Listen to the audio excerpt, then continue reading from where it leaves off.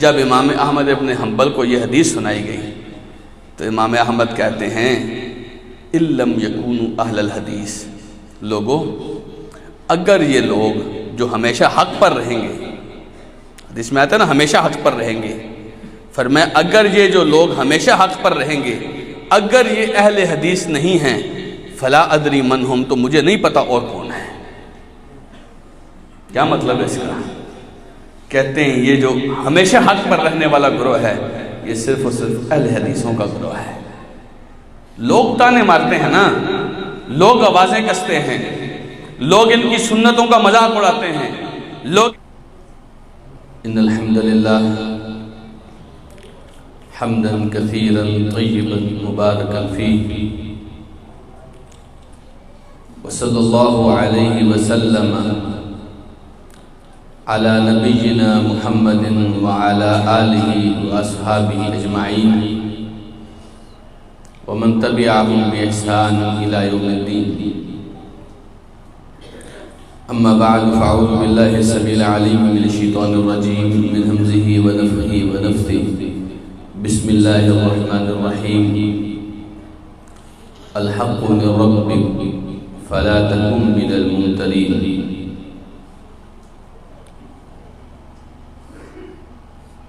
حضرت ارباز بن ساریہ رضی اللہ تعالی عنہ یہ رسول اکرم صلی اللہ علیہ وسلم کے بڑے محبت کرنے والے ہیں اور آپ علیہ السلام کے اوپر اپنی جان نچھاور کرنے والے ساتھی تھے۔ دو دوست تھے، عبد الرحمن ابن عمرو السلمی اور حجر ابن حجر، یہ دونوں تابعی تھے۔ یہ دونوں کہتے ہیں کہ ہم ارباز ابن ساریہ کے پاس آئے اور ارباز ابن ساریہ وہ صحابی تھے کہ ایک غزوے میں ایسے ہوا کہ کچھ لوگ ان کے پاس جہاد میں جانے کے لیے سواری کوئی نہیں تھی، دل میں شوق اور جذبہ تھا کہ ہم اللہ کے راستے میں جا کے دشمنوں سے لڑیں، لیکن ایسا انتظام نہیں تھا کہ وہ کسی سواری پر سوار ہو کے جاتے اور پیدل جانا مشکل تھا۔ تو وہ رسول اکرم صلی اللہ علیہ وسلم کے پاس آئے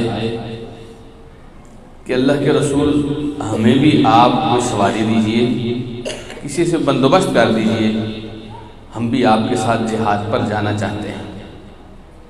یہ صحابہ کرام میں نا بڑا ایک جوش ہوتا تھا، ہمیں بھی اللہ تعالیٰ نصیب کرے۔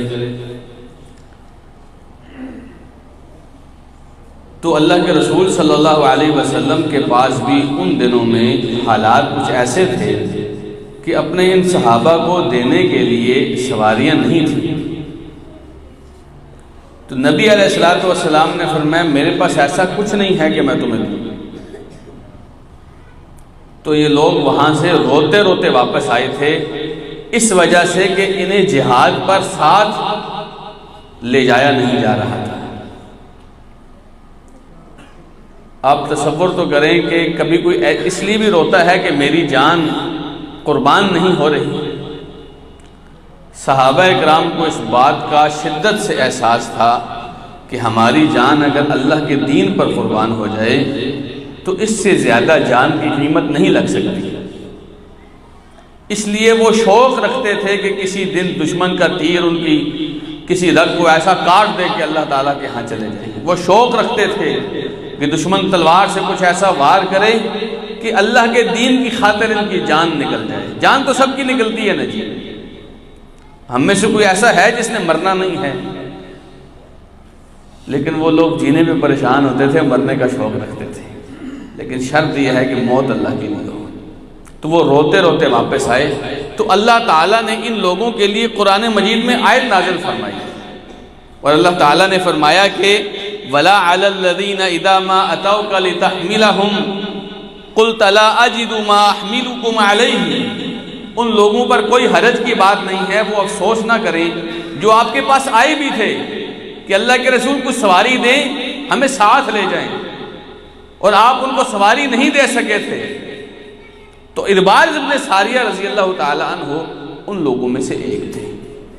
تو یہ جو دو تابعی تھے نا دوست، یہ حضرت ارباز ابن ساریہ کے پاس آئے ایک دن اور کہنے لگے اتیناک زائرین، ہم نا آپ کی زیارت کرنے کے لیے آئے ہیں، عائدین، اور ساتھ میں آپ بیمار ہیں، آپ کی عیادت ہو جائے گی، بیماری کا پوچھ لیں گے، اس لیے بھی آئے ہیں، مقتصبین، لیکن ہم تھوڑے سے لالچی بھی ہیں، علم کا لالچی ہوتا ہے نا، کہتے ہیں ساتھ میں آپ سے کچھ علم بھی حاصل کرنے کے لیے آئے ہیں۔ 3 مقصد ہیں۔ کتنے مقصد ہیں بتائیے نا جی، آپ سوئے ہوئے تھوڑے سے، میں جگانا چاہتا ہوں، کتنے مقصد ہیں؟ 3۔ زائرین، ہم آپ کی زیارت کرنے کے لیے آئے ہیں، اور کبھی کبھی کسی کی زیارت کرنے کے لیے مومن کی بغیر مقصد کے چلے جایا کریں، اللہ کی محبت واجب ہو جاتی ہے۔ عائدین، ہم آپ کی عیادت کرنے کے لیے آئے ہیں، بیمار پرسی کرنے کے لیے آئے ہیں، پتہ کرنے کے لیے آئے ہیں صحت کا، طبیعت کا۔ مقتصبین، اور چونکہ آپ رسول اللہ صلی اللہ علیہ وسلم کے صحابی ہیں، ہم آپ سے کچھ حاصل کرنے کے لیے بھی آئے ہیں۔ تب حضرت ارباز ابن ساریہ رضی اللہ تعالی عنہ نے ایک واقعہ سنایا، بہت قیمتی واقعہ ہے اور بہت غور سے سننے والا ہے۔ کہتے ہیں صلی بنا رسول اللہ صلی اللہ علیہ وسلم ذات یوم، ایک دن اللہ کے رسول صلی اللہ علیہ وسلم نے ہمیں نماز پڑھائی۔ اللہ کے رسول روزانہ ہی نماز پڑھاتے تھے، لیکن ایک دن ایسا ہوا کہ آپ نے نماز پڑھائی، ثم اقبل علینا، پھر آپ نے نماز سے منہ ہماری طرف پھیرا، فوعظنا موعظۃ بلیغۃ، پھر آپ نے ہمیں درس دیا، واعظ کیا، بیان ارشاد فرمایا، خطبہ دیا، موعظۃ بلیغہ، بڑا گہرا خطبہ تھا، بڑا گہرا خطبہ تھا، ذرفت منہ العیون، ایسا گہرا خطبہ تھا کہ آنکھوں سے آنسو جاری ہو گئے تھے، ایسا خطبہ دیا تھا آپ نے۔ وَوَجِلَتْ مِنْهَا الْقُلُوبُ، دل کانپنے لگ گئے تھے اس خطبے سے، ایسا خطبہ اللہ کے رسول صلی اللہ علیہ وسلم نے اس دن دیا تھا۔ یہ لوگ کہتے ہیں فقال قائل، تو سامنے بیٹھے ہوئے لوگوں میں سے ایک کہنے لگا یا رسول اللہ کأن هذه موعظة مودع، غور سے سننے والی بات ہے، کہنے لگا اے اللہ کے رسول، یہ ایسے لگ رہا ہے جیسے الوداع کرنے والا خطبہ دے رہا ہے، آپ کی ان باتوں سے لگ رہا ہے کہ آپ ہمیں الوداع کر رہے ہیں۔ کبھی کبھی نا آدمی اپنی آخری وقت میں کچھ ایسی باتیں کرتا ہے کہ سننے والے کو سمجھ آ جاتی ہے کہ یہ کچھ نہ کچھ جانے والے انداز میں گفتگو کر رہا ہے۔ تو صحابہ کرام تو رسول اللہ صلی اللہ علیہ وسلم کے لفظوں سے بھی واقف تھے، ان کی تو سارا دن کوشش یہ ہوتی تھی کہ اللہ کے رسول صلی اللہ علیہ وسلم کی زبان مبارک سے کوئی بات نکلے، وہ اللہ کے رسول کو ہلتے ہوئے ہونٹوں کو بھی دیکھا کرتے تھے، تو وہ سمجھ گئے۔ اس لیے ایک آدمی کہنے لگا اللہ کے رسول ایسے لگ رہا ہے کہ الوداع کرنے والا بیان کر رہے ہیں آپ۔ کہنے لگا کہ فماذا تعہد الینا، اللہ کے رسول اگر تو ایسا ہے تو آپ ہمیں کیا نصیحت کرتے ہیں؟ آپ چلے جائیں گے، آپ ہمیں کچھ نصیحت کر دیجئے، آپ کے بعد ہم کیا کریں؟ تو رسول اکرم صلی اللہ علیہ وسلم نے فرمایا اوصیکم بتقوی اللہ، سب سے پہلے میں تمہیں یہ وصیت کرتا ہوں کہ اللہ کا تقوی اختیار کرنا ہے، اللہ سے ڈرنا ہے۔ شیطان جہاں بھی آپ کو بہکانے کی کوشش کرے، آپ نے اس بات کا خیال کرنا ہے کہ اللہ ہے ہمیشہ۔ وَالسَّمْعِ وَالطَّاعَةِ، اور میں تمہیں وصیت کرتا ہوں کہ تمہارے جو حکمران ہوں گے، خلفاء ہوں گے، ان کی بات سننا اور ان کی بات ماننا۔ ایسا نہ ہو خلفاء تمہیں کوئی حکم دیں اور تم وہ بات ماننا ہی چھوڑ دو، ایسا نہ ہو وہ تم سے گفتگو کر رہے ہو، تم ان کی بات سننے کے لیے تیار نہ ہو، خلفاء سے اختلاف نہ کرنا، سننا اور ماننا۔ فرمایا وَإِنْ عَبْدًا حَبَشِيًّا، چاہے کوئی کالا حبشی بھی، حبشی غلام بھی تمہارے اوپر حکمران ہو، پھر بھی اس کی بات سننا اور ماننا، قبول کرنا۔ پھر آپ علیہ السلام نے فرمایا فَإِنَّهُ مَنْ يَعِيشُ مِنْكُمْ، کیونکہ اگر تم میں سے کوئی زندہ رہا، کچھ لمبے عرصے تک زندہ رہا، فَسَيَرَى اخْتِلَافًا كَثِيرًا، تو اسے بہت سارے اختلاف نظر آئیں گے، بہت سارے اختلافات دیکھے گا۔ آپ مجھے ذرا بتائیے کہ دیوبندی، بریلوی، سنی، شیعہ، اہل حدیث، وہابی، منکر حدیث، یہ طرح طرح کے جو فرقے ہیں، کوئی ہاتھ اوپر باندھتا ہے، کوئی نیچے باندھتا ہے، ایسے ہے کہ نہیں ہے؟ کوئی آمین اونچی کہتا ہے، کوئی آہستہ کہتا ہے، ایسے ہے کہ نہیں؟ ایسے اللہ کے رسول صلی اللہ علیہ وسلم نے ایسا ہی نہیں فرمایا تھا کہ جو تم میں سے زندہ رہا وہ بہت اختلافات دیکھے گا؟ اور آپ دیکھ رہے ہیں اختلاف کی نہیں دیکھ رہے ہیں؟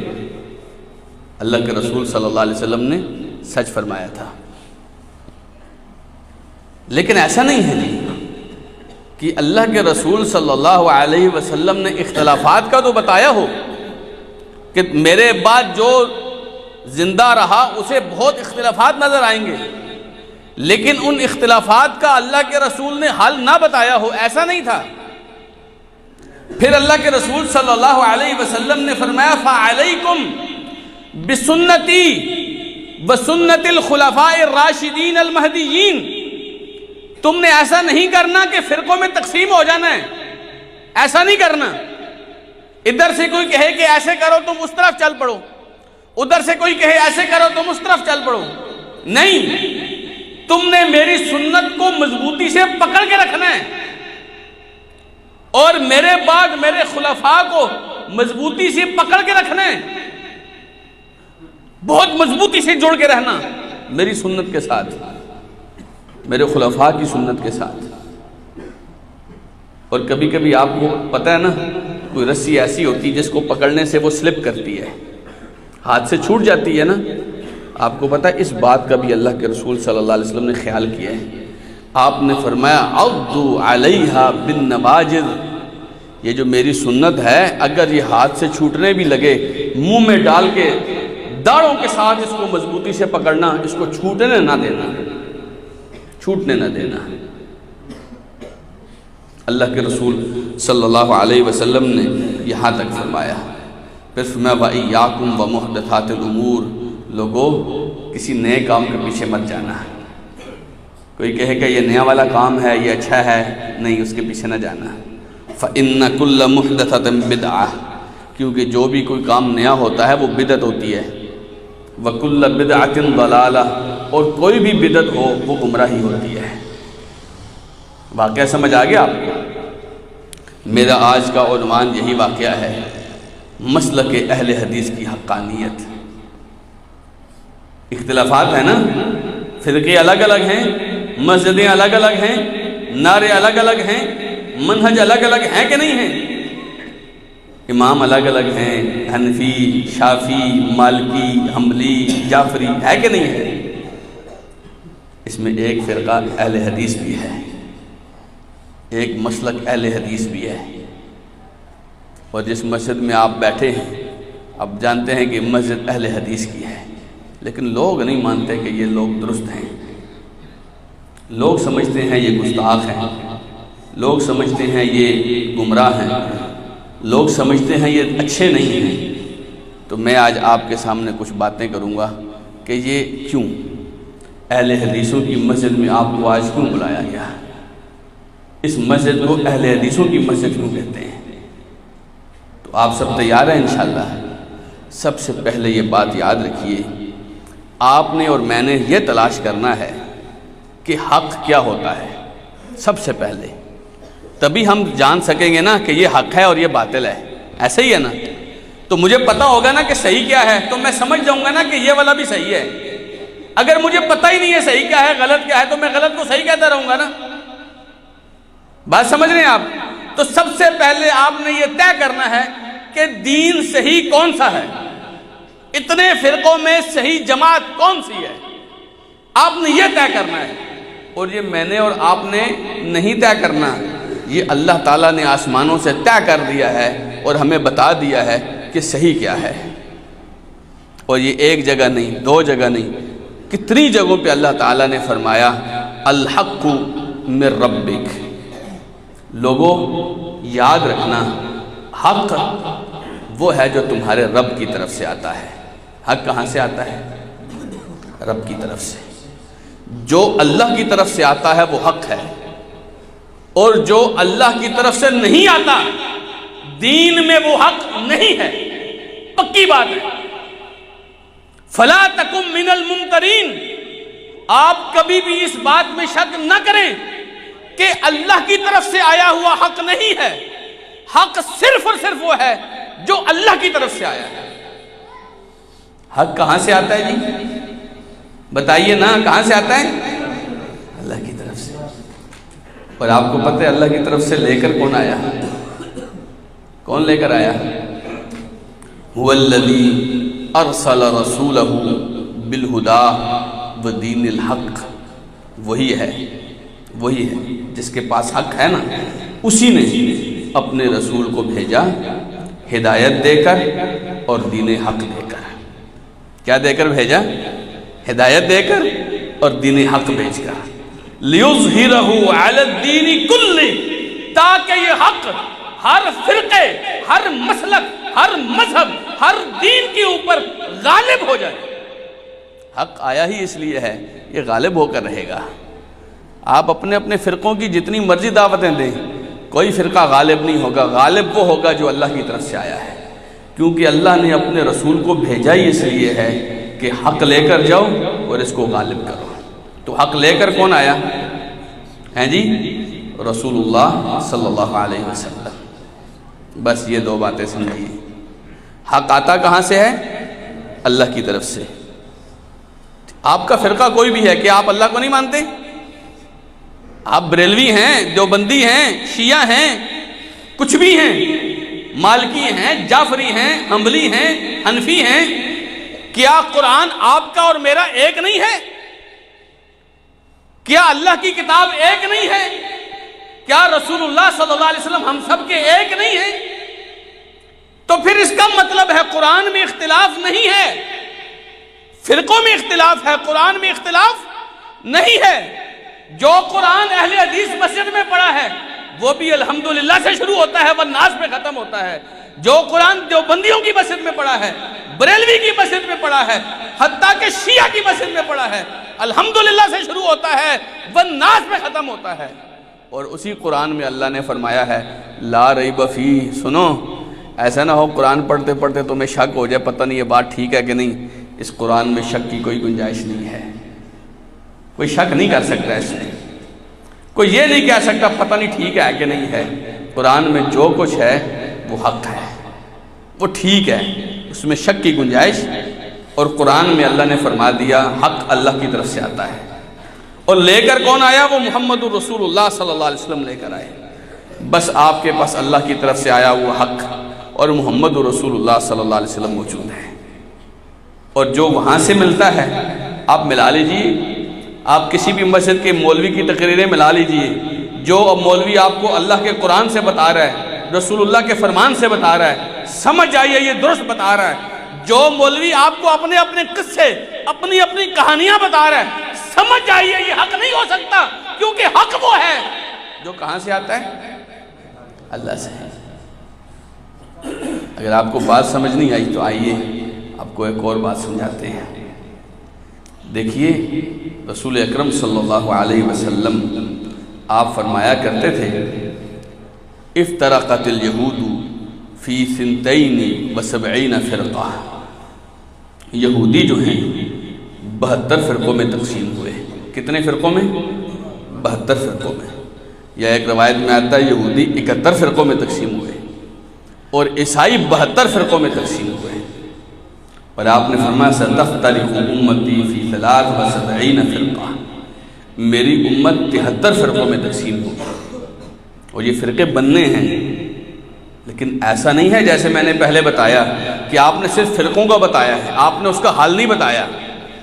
آپ نے فرمایا کلہم فی النار، جتنے فرقے ہیں سب کے سب جہنم میں جائیں گے، الا ملتا واحدہ، صرف ایک ملت ایسی ہے جو جہنم میں نہیں جائے گی، ایک ملت ایسی ہے جو جہنم میں نہیں جائے گی۔ اس کا مطلب ہے فرقے جتنے بھی ہیں وہ درست نہیں ہیں، ایک فرقہ، ایک مسلک، ایک ملت، ایک جماعت ایسی ہے جو جنت میں جائے گی۔ اللہ کے رسول صلی اللہ علیہ وسلم نے فرمایا ہی الجماعہ، وہ فرقہ نہ اس کو کہو، وہ جماعت ہوتی ہے، وہ جو ایک ہے نا وہ فرقہ نہیں ہے، وہ جماعت ہے۔ اور آپ علیہ السلام کی ایک اور حدیث میں آپ سے پوچھا گیا اللہ کے رسول یہ کون سے لوگ ہیں؟ آپ نے وضاحت سے فرمایا ما انا علیہ واصحابی، وہ جماعت جو اس منہج پر، اس طریقے پر، اس تعلیم پر چلے گی، جس تعلیم پر، جس دین پر، جس مذہب پر، جس طریقے پر آج میں اور میرے صحابہ ہیں، اگر اس راستے پر چلیں گے وہ جنتی ہیں، اگر ان کے خلاف چلیں گے تو آپ نے فرمایا 72 جہنم میں جائیں گے۔ اس کا مطلب ہے ایک جماعت ایسی ہے جو حق پر موجود ہے۔ صحیح بخاری شریف میں، صحیح مسلم شریف میں، ترمذی میں، بہت ساری کتابوں میں یہ حدیث موجود ہے۔ رسول اللہ صلی اللہ علیہ وسلم نے فرمایا لا تزال طائفۃ من امتی ظاہرین علی الحق۔ لوگوں سنو، فرقے آپ بہت سارے دیکھتے ہیں نا، اور کتنی دفعہ آپ سر پکڑ کے بیٹھ جاتے ہیں کہ کس کی مانوں، ایسے ہوتا ہے نا، سمجھ نہیں آ رہی مولوی صاحب کون سا صحیح ہے، یہ تو مجھے سبھی غلط لگتے ہیں، ایسے ہی ہے نا، یہ تو سارے ہی ایسے ہیں، نہیں سارے ایسے نہیں۔ میرے پیارے پیغمبر صلی اللہ علیہ وسلم نے فرمایا ہے، اور میں آپ کو بتا دوں میرے پیغمبر جب بھی فرماتے تھے صرف حق فرماتے تھے، حق کے علاوہ میرے رسول کچھ نہیں فرماتے تھے۔ آپ جو فرماتے تھے وہ سچی ہوتی تھی، سچ کے علاوہ آپ کچھ نہیں فرماتے تھے، جو فرماتے تھے درست ہوتا تھا، آپ کبھی غلط نہیں فرماتے تھے۔ میرے پیارے پیغمبر نے فرمایا لوگوں قیامت تک اندھیرا جتنا بھی ہو جائے، فرقے جتنے بھی بن جائیں، اختلاف جتنے بھی ہو جائیں، لا تزال طائفۃ من امتی، میری امت کی ایک جماعت ہمیشہ ظاہرین علی الحق، حق پر قائم رہے گی۔ میری امت میں ایک جماعت ایسی ضرور ہوگی، سارے ایسے نہیں، ایک جماعت ایسی ضرور ہوگی جو حق پر قائم رہے گی۔ لا یضرہم من خذلہم، اگر کوئی ان کو چھوڑ کر چلا جائے گا۔ کتنے لوگ ہوتے ہیں کہتے ہیں نہیں جی اس کے ساتھ نہیں جانا، فرمایا اگر کوئی ان کو چھوڑ کے چلا جائے گا، ولا من خالفہم، اگر کوئی ان کی مخالفت بھی کرے گا انہیں کوئی نقصان نہیں پہنچا سکے گا، حتی یأتی امر اللہ، جب تک اللہ کی قیامت قائم نہیں ہو جائے گی، وہم علی ذالک، وہ اسی طریقے، اسی منہج، اسی حق پر قائم رہیں گے۔ ایک جماعت میری امت کی ہمیشہ ایسی رہے گی، مطلب سارے فرقے غلط نہیں ہیں، ایک جماعت ایسی ہے جو ہمیشہ حق پر رہے گی۔ جانتے ہیں وہ کون سی جماعت ہے؟ امام بخاری نے یہ حدیث نقل کی ہے۔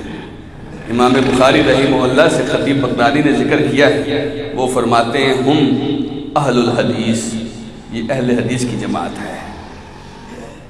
جو جماعت حق پر قائم رہے گی، امام بخاری نے وضاحت کر کے فرمایا ہم اہل الحدیث، وہ اہل حدیث ہیں۔ امام بخاری رحمہ اللہ کے ایک استاد تھے علی ابن مدینی، کیا نام تھا ان کا؟ علی ابن مدینی۔ امام بخاری ان کے بارے میں فرمایا کرتے تھے مستصغرت نفسی عند احد الا علی ابن المدینی، میں نے کبھی بھی کسی کے سامنے اپنے آپ کو چھوٹا نہیں سمجھا، جب بھی کسی کے سامنے بیٹھتا تھا مجھے پتا ہوتا تھا کہ میں برابر کا ہوں، لیکن کہتے ہیں علی بن مدینی کے سامنے بیٹھ کر مجھے لگتا تھا میں بہت چھوٹا ہوں۔ بہت بڑے عالم تھے، امام ترمذی نے ان سے نقل کیا ہے، علی ابن مدینی فرماتے ہم اصحاب الحدیث، یہ اہل حدیث لوگ ہیں جن کے بارے میں رسول اللہ نے فرمایا نا کہ ایک جماعت ہمیشہ ہی حق پر رہے گی۔ علی ابن مدینی فرماتے ہیں وہ اہل حدیث لوگ ہیں۔ امام بخاری کے ایک اور استاد ہیں، استادوں کے استاد ہیں، محدث ہیں، امام ہیں، امام احمد ابن حنبل رحمہ اللہ، 4 اماموں میں سے ایک ہیں۔ 4 امام ہیں نا، امام ابو حنیفہ، امام مالک، امام شافعی، چوتھے کا نام ہے امام احمد ابن حنبل۔ جب امام احمد ابن حنبل کو یہ حدیث سنائی گئی تو امام احمد کہتے ہیں اِلَّمْ يَكُونُوا أَهْلَ الْحَدِيثِ، لوگوں اگر یہ لوگ جو ہمیشہ حق پر رہیں گے، حدیث میں آتا ہے نا ہمیشہ حق پر رہیں گے، فرمایا اگر یہ جو لوگ ہمیشہ حق پر رہیں گے، اگر یہ اہل حدیث نہیں ہیں فلا ادری من ہم، تو مجھے نہیں پتا اور کون ہے۔ کیا مطلب ہے اس کا؟ کہتے ہیں یہ جو ہمیشہ حق پر رہنے والا گروہ ہے یہ صرف اور صرف اہل حدیثوں کا گروہ ہے۔ لوگ تانے مارتے ہیں نا، لوگ آوازیں کستے ہیں، لوگ ان کی سنتوں کا مذاق اڑاتے ہیں، لوگ ان کے طریقے پر چلنے کے لیے تیار نہیں، لوگ سمجھتے ہیں تھوڑے سے ہیں، لیکن یاد رکھیے تھوڑے ہوں یا زیادہ ہوں، اگر اہل حدیث حق پر نہیں ہے، امام احمد فرماتے ہیں مجھے نہیں پتا اس دنیا میں حق پر اور کون ہے۔ اہل حدیث فرماتے ہیں یہی اہل حق ہے۔ تو رسول اللہ صلی اللہ علیہ وسلم کی اس حدیث کا تقریباً 15 علماء نے تفسیر کی ہے، اس سے مراد حدیث والے، اہل حدیث، اصحاب الحدیث ہے۔ آپ اختلاف کریں تو آپ کی کوئی بات نہیں، لیکن رسول اللہ صلی اللہ علیہ وسلم کی حدیثیں پڑھنے اور پڑھانے والوں کا کہنا تھا یہ صرف اہل حدیث ہو سکتے ہیں۔ امام یزید ابن زرعی کہتے ہیں، یزید ابن زرعی بہت بڑے امام تھے، فرماتے ہیں ان لکل دین فرسان، ہر دین کے نا کچھ شہ سوار ہوتے ہیں، ہر دین کے ساتھ چمٹنے والے، اس دین کی حفاظت کرنے والے، اس کے لیے لڑنے والے کچھ ہوتے ہیں۔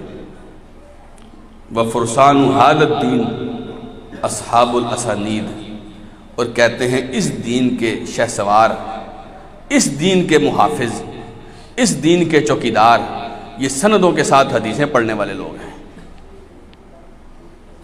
جو آپ کو ہر بات میں، ابھی میں نے شیخ عبدالحفیظ سمو صاحب کی تقریر سنی، ہر حدیث کے بعد آپ کو بتاتے تھے فلاں شیخ نے اس کو صحیح کہا ہے، فلاں شیخ نے اس کو حسن کہا ہے، بتاتے تھے کہ نہیں بتاتے تھے؟ مجھے سندھی نہیں آتی لیکن مجھے یہ بات سمجھ آتی تھی، ہر حدیث پڑھنے کے بعد بتاتے تھے نا یہ صحیح ہے، اس کی سند کو حسن کہا ہے، اس کی سند کو صحیح کہا ہے، اس حدیث کو حدیثن صحیح کہا، بتاتے تھے نا۔ یہی اہل حدیث، یہی سندیں بتانے والے، سندیں پڑھانے والے، سند کے ایک ایک راوی پر تحقیق کرنے والے لوگ، اللہ کی قسم یزید ابن زرع کہتے ہیں اس دین کے محافظ واحد یہ سندوں والے لوگ ہیں۔ اور اگر یہ سندوں کے اوپر باتیں کر، لوگ تو اللہ کے رسول کے بارے میں جو مرضی بتا دیں، ان کا کیا جاتا ہے، لیکن یاد رکھیے صحیح مسلم کی پہلی حدیث ہے، پہلی حدیث ہے صحیح مسلم کی۔ امام مسلم فرماتے ہیں رسول اللہ صلی اللہ علیہ وسلم نے فرمایا من کذب علی متعمدا فلیتبوأ مقعدہ من النار، لوگوں جو میرے بارے میں جان بوجھ کر جھوٹ بولتا ہے، جان بوجھ کر، اس کو پتہ ہے یہ بات درست نہیں ہے، اس کو پتہ ہے یہ حدیث ضعیف ہے، اس کو پتہ ہے یہ حدیث من گھڑت ہے، پھر بھی لوگوں کو سناتا ہے، رسول اللہ صلی اللہ علیہ وسلم نے فرمایا جان بوجھ کر میرے بارے میں جھوٹ بولتا ہے، اسے چاہیے اپنا ٹھکانہ جہنم میں بنا لے۔ رسول اللہ صلی اللہ علیہ وسلم کی بات اور جھوٹی باتیں بیان کریں آپ اللہ کے رسول کا نام لے کر، یہ تو رسول اللہ کے دیوانے ہیں۔ امت تو اللہ کے رسول پر جان نچھاور کرتی ہے، جب آپ رسول اللہ کا نام لیں گے تو ہر آدمی کہے گا میرے سر آنکھوں پر رسول اللہ کی بات، لیکن اللہ کے رسول کا نام لے کر بدعات پھیلانا، اللہ کے رسول کا نام لے کر شرک پھیلانا، اللہ کے رسول کا نام لے کر گمراہی پھیلانا، اللہ کے رسول کا نام لے کر اللہ کے رسول کے دین سے لوگوں کو متنفر کرنا، یاد رکھیے اس سب کا توڑ ایک ہی ہے۔ آپ سندیں چیک کریں، تم نے جو حضرت صاحب حدیث بیان کی ہے صحیح بیان کی ہے کہ نہیں کی ہے، اس کی سند میں سارے راوی ٹھیک ہے کہ نہیں ٹھیک ہیں۔ اگر کوئی آپ کو سندیں بتانا شروع کر دے تو سمجھ جائیں وہ اہل حدیث ہے، اور اگر دین کے محافظ اہل حدیث نہیں ہیں تو اور کوئی بھی نہیں ہے۔ امام احمد بن سنان الواسطی رحمہ اللہ فرمایا کرتے تھے، بہت سارے ائمہ کرام نے فرمایا ہے، اگر آپ نے نا حق دیکھنا ہے حق کدھر ہے، اگر آپ نے دیکھنا ہے حق کدھر ہے تو آپ دیکھیں باطل کے لوگ تیر کہاں برساتے ہیں۔ آپ نے چیک کرنا ہے نا صحیح کدھر ہے، آپ دیکھیں غلط لوگ کن کو نشانہ بناتے ہیں، آپ سمجھ جائیں کہ وہ صحیح ہوں گے۔ سمجھ آئی بات کی؟ تو احمد ابن سنان فرماتے ہیں لیس فی الدنیا مبتدع الا وہو یبغض اہل الحدیث، دنیا میں کوئی بدعتی ایسا نہیں ہے جو اہل حدیث سے نفرت نہ کرتا ہو۔ سمجھ جائیے، جو آدمی اہل حدیث سے نفرت کرتا ہے، جو آدمی اہل حدیث پر تانے کستا ہے، جو آدمی اہل حدیث کو برا کہتا ہے، سمجھ جائیے وہ بدعتی ہے، کیونکہ اہل حدیث کو صرف بدعتی ہی برا سمجھتے ہیں۔ اہل حق کو وہی برا کہے گا نا جو خود غلط ہوگا۔ اگر خود حق پر ہوتا تو حق کے ساتھ مل جاتا نا۔ تو اہل حدیث حق ہے، اور یہ میں ایسے نہیں کہہ رہا، ایک تو میں نے آپ کو اس موضوع پر اللہ کے رسول صلی اللہ علیہ وسلم کی حدیثیں بتائی ہیں، اور اگر آپ سننا چاہیں تو آئیے نا، میں آپ کو طریقہ بتاتا ہوں۔ نبی کریم صلی اللہ علیہ وسلم کی احادیث پر مشتمل دو کتابیں ہیں، صحیح بخاری اور صحیح مسلم۔ آپ دیوبندی ہیں تب، بریلوی ہیں تب، حنفی ہیں، مالکی ہیں، شافعی ہیں، حنبلی ہیں، قادری ہیں، چشتی ہیں، اگر شیعہ نہیں ہے، اگر آدمی شیعہ نہیں ہے تو سارے کے سارے مسلمانوں کے فرقے اس بات کو مانتے ہیں کہ صحیح بخاری اور صحیح مسلم قرآن مجید کے بعد سب سے صحیح ترین کتابیں ہیں۔ آپ کا کوئی بھی فرقہ ہے، آپ اپنے مولوی صاحب سے پوچھ لیجیے، صحیح بخاری اور صحیح مسلم کی دو کتابیں ایسی ہیں جس میں ساری کی ساری حدیثیں صحیح ہیں، غلط نہیں ہے انشاءاللہ۔ جتنی حدیثیں رسول اللہ صلی اللہ علیہ وسلم کی بیان ہوئی ہیں، سند کے ساتھ بیان ہوئی ہیں، ساری کی ساری حدیثیں صحیح ہیں۔ اور صرف میں نہیں، دنیا کا کوئی بھی سنی فرقہ، مسلمانوں کا فرقہ ہے، وہ مانتا ہے کہ صحیح بخاری میں رسول اللہ کی سند والی کوئی حدیث بھی ضعیف نہیں ہے۔ تو آپ دیکھ لیجئے، اختلاف ہے نا کہ رفع الیدین کرنا ہے کہ نہیں کرنا ہے، تو کوئی بات نہیں بھائی، آپ میری بات نہ مانیں نا، صحیح بخاری شریف میں کھول کے دیکھ لیں، صحیح ترین کتاب ہے، دیکھ لیں اللہ کے رسول صلی اللہ علیہ وسلم کیسے پڑھتے تھے۔ نبی علیہ السلام نے فرمایا صلو کما رأیتمونی اصلی۔ اچھا، نماز آپ بھی پڑھتے ہیں، میں بھی پڑھتا ہوں، لیکن آپ کو نہیں لگتا کہ ہم سب سے بہتر نماز محمد رسول اللہ صلی اللہ علیہ وسلم کی نماز ہے؟ ایسے ہے کہ نہیں ہے؟ سب سے بہتر نماز وہی ہے نا۔ ہم رسول اللہ صلی اللہ علیہ وسلم سے بہتر نماز تو نہیں پڑھ سکتے، ہمارے مولوی صاحب نے جو نماز پڑھی وہ رسول اللہ سے بہتر تو نہیں ہو سکتی نا۔ اس لیے آپ فرمایا کرتے تھے صلو، لوگوں نماز اس طرح پڑھنا کما رأیتمونی اصلی، جیسے تم نے مجھے نماز پڑھتے ہوئے دیکھا ہے۔ ایسے نہیں فرمایا اپنے اپنے مولوی سے پوچھ لینا، نہیں، اللہ کے رسول صلی اللہ علیہ وسلم نے فرمایا جیسے میں پڑھتا ہوں ویسے تم نے پڑھنی ہے۔ ایسے نہیں فرمایا اپنی اپنی مرضی سے دیکھ لینا، اللہ دار چانڈیوں والے جیسے پڑھنے ہیں تم اللہ دار چانڈیوں والے اس طرح پڑھ لینا، دوسرے فرقے کے جیسے پڑھنے تم اس طرح، نہیں، فرمایا جیسے میں پڑھتا ہوں نا تم نے نماز اس طرح پڑھنی ہے۔ آپ صحیح بخاری کھولیے، صحیح مسلم کھولیے، بلکہ آئیے میں آپ کو بتاتا ہوں، آپ صحیح بخاری کے ساتھ صحیح مسلم بھی کھولیے، سنن ترمذی بھی کھولیے، سنن نسائی بھی کھولیے، ابو داؤد شریف بھی کھولیے، ابن ماجہ شریف بھی کھولیے، مسند احمد بھی کھولیے، مسند ابو یعلا بھی کھولیے، امام مالک کی موطا امام مالک بھی کھولیے، بلکہ امام ابو حنیفہ کے شاگرد محمد بن حسن شیبانی کی موطا امام محمد کھولیے۔ جتنی حدیث کی کتابیں ہیں جن میں نماز کا طریقہ موجود ہے، وہاں حضرت عبداللہ ابن عمر رضی اللہ عنہ کی یہ حدیث موجود ہے، رأیت رسول اللہ صلی اللہ علیہ وسلم یرفع یدیہ اذا کبر و یرفع یدیہ اذا رکع و اذا رفع رأسہ من الرکوع۔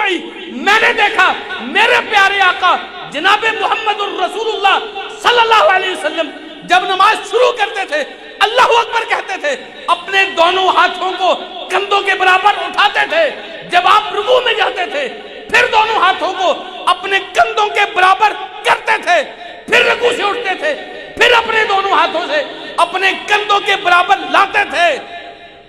جتنی حدیثیں ہیں، جتنی حدیثوں کی کتابیں ہیں، عبداللہ بن عمر کی حدیث موجود ہے اور صحیح بخاری کی حدیث ہے۔